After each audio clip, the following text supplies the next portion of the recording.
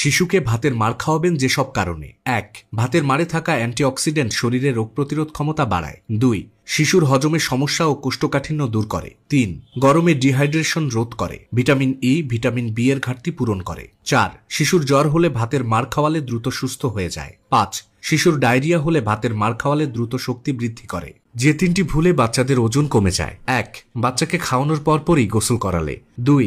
অনেক বেশি গ্যাপ দিয়ে বাচ্চাকে খাওয়ালে। ৩. ভারী খাবার খাওয়ানোর সাথে সাথেই বুকের দুধ খাওয়ালে। এই ৬ ভাবে বাচ্চাকে খাওয়াবেন না। ১. অতিরিক্ত গরম খাবার খাওয়াবেন না। ২. অতিরিক্ত শক্ত খাবার দিবেন না। ৩. বাচ্চাকে ঘুম থেকে ডেকে তুলে খাওয়াবেন না। ৪. কান্নারত অবস্থায় বাচ্চাকে খাওয়াবেন না। ৫.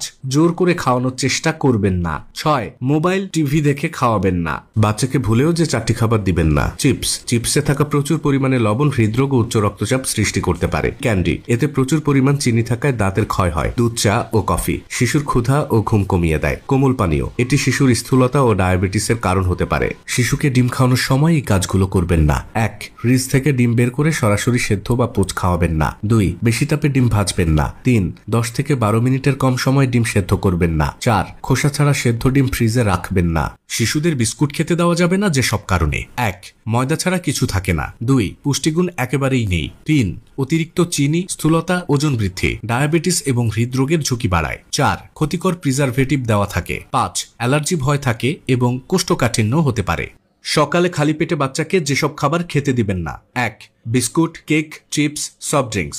২. কমলা, মাল্টা, জাম্বুরার মতো সাইট্রাস জাতীয় ফল। ৩. মশলাদার ও ভাজা পোড়া খাবার। ৪. দই, মিষ্টি বা দুগ্ধজাত খাবার। শিশুকে সকালে খালি পেটে পানি পান করালে যে 5টি উপকার হয়। ১. শিশুর মুখের রুচি ঠিক থাকে। ২.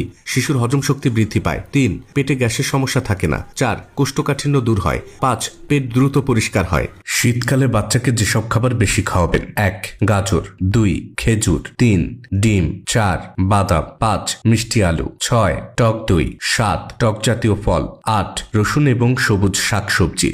সকালবেলা 3টি অভ্যাস শিশুকে সর্দি কাশি থেকে মুক্তি দিবে।